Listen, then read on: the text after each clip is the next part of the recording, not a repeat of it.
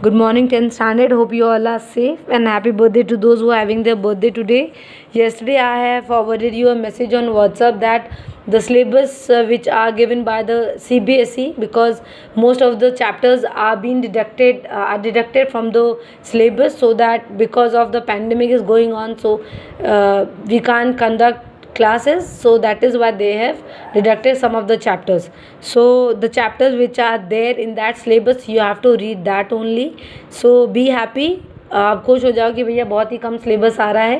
And please go through the books also. इसी खुशी में पूरा बुक भी पढ़ेंगे, एक लाइन पढ़ेंगे एंड उसके साथ साथ नोट्स गो थ्रू करेंगे. उसके बाद जो वीडियोस ऑडियो जो हम टीचर सेंड करें वो भी आप देखते जाएंगे, सो दैट आपको कॉन्सेप्ट क्लियर हो सके. ठीक है. सो I think we were discussing about chapter number 4 that is not there in the syllabus, so we are keeping that chapter there only. So today we are going to start with chapter number 1, that is power sharing. Most of you have sent your audios also, so very good that you are doing your assignments properly. But I just want to say you कि whatever you have learned, जो भी आपने समझा है ना, make that audio in your own language. there is no need to read all the things which is there in the book or which is there in the notes. ठीक है. जो आपने समझा है आप वही लिखेंगे, so that I can get to know that yes आपको ये समझ में आया, इस तरीके से समझ में आया. ठीक है बेटा. तो try to use your own language when you are explaining the concepts. So today we will be starting with Belgium start करेंगे, ethnic composition, then tomorrow the provisions made in Belgium, then Sri Lanka, then majoritism and the form of power sharing. These are things which we are going day by day. So whole July we are going to revise chapter 1 only, so that the weakest kid can also perform well in my subject. Okay beta. So Belgium, the first line everybody knows, and you have made an audio also on that. That is a very small country in Europe, and the composition is very complex also. So I have given you a notes in that. I have made a diagram also which I am showing it you, so that you can better explain it. So Belgium में था क्या कि country में जो language बोली जाती है, जो मेजॉरिटी में है, वही लैंग्वेज कैपिटल में कम है, और जो कंट्री में लैंग्वेज कम है वो कैपिटल में ज़्यादा है. ठीक है. तो from the diagram I am just showing you. So this is a map of Belgium which I have made it. So with the different colours I have marked, so that आपको easily समझ में आ जाए. आप देखेंगे जो orange line से coloured है, that is Dutch speaking. Okay. Now अगर आप बेल्जियम में देखेंगे तो आप इसमें जो लैंग्वेजेस हैं वो कौन कौन सी थी? डच थी, जर्मन थी और फ्रेंच थी. तो लड़ाइयाँ किस में हो रही थी? डच एंड फ्रेंच में हो रही थी, बिकॉज उनकी थोड़ी सी ज़्यादा परसेंटेज है as compare to German language.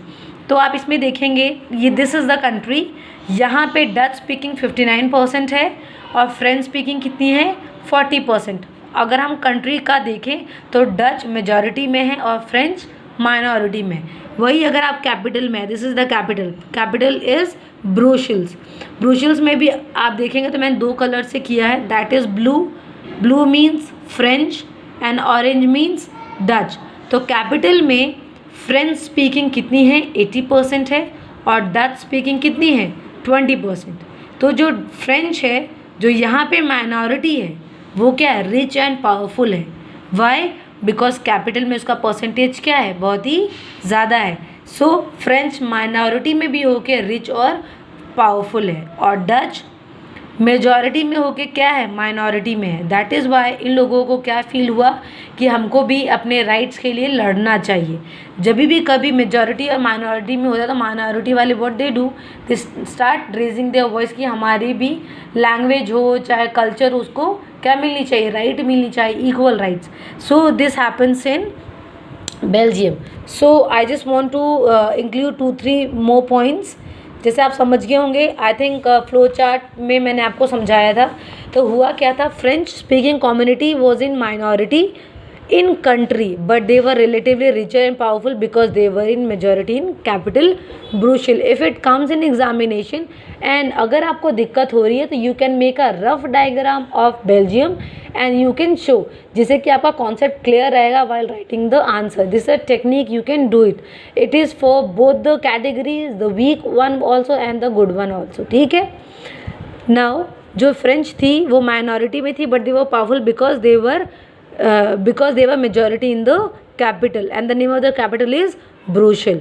The Dutch got the benefit of education much letter.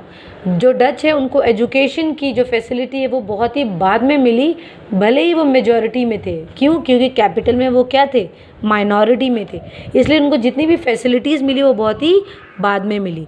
This led to tension between Dutch and French speaking communities during 1950s and 1960s. जब 1950 और 1960 की बात करें तो इन दोनों जो लैंग्वेज उनके बीच में क्या होगी? कम्युनिटी के लोगों के बीच में, जो डच कम्युनिटी थे, जो फ्रेंच कम्युनिटी थे, उनके बीच में क्या होगी? टेंशन्स हो गई.